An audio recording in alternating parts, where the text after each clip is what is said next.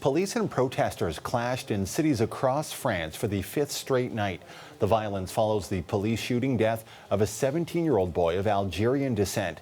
The death is renewing questions about policing and race relations in France.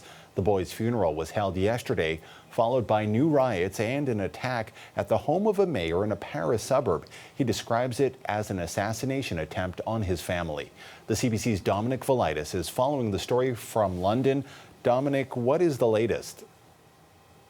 Well, more than 700 people were arrested last night, while nearly 600 vehicles and more than 70 buildings were set on fire across France. The worst disorder, we're told, though, was in Marseille, where police reportedly used rubber bullets and tear gas to suppress protests there. But perhaps the most shocking incident of last night, as you mentioned, happened in the greater Paris region, where a car was rammed into the home of a suburb mayor before being set alight.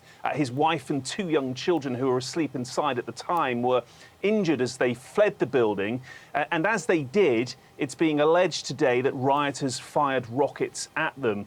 Investigators are treating the incident as attempted murder, and France's Prime Minister, who visited the scene earlier today, has urged that those responsible be punished with the utmost severity.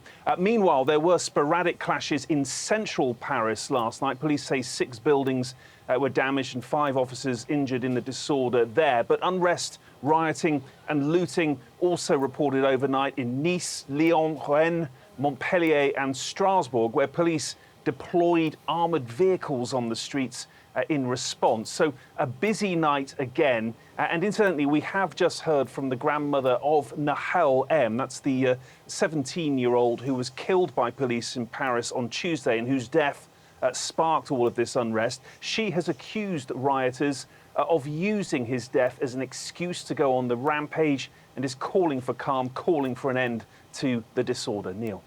Dominic, that is a very interesting development. So tell us, how is the government responding?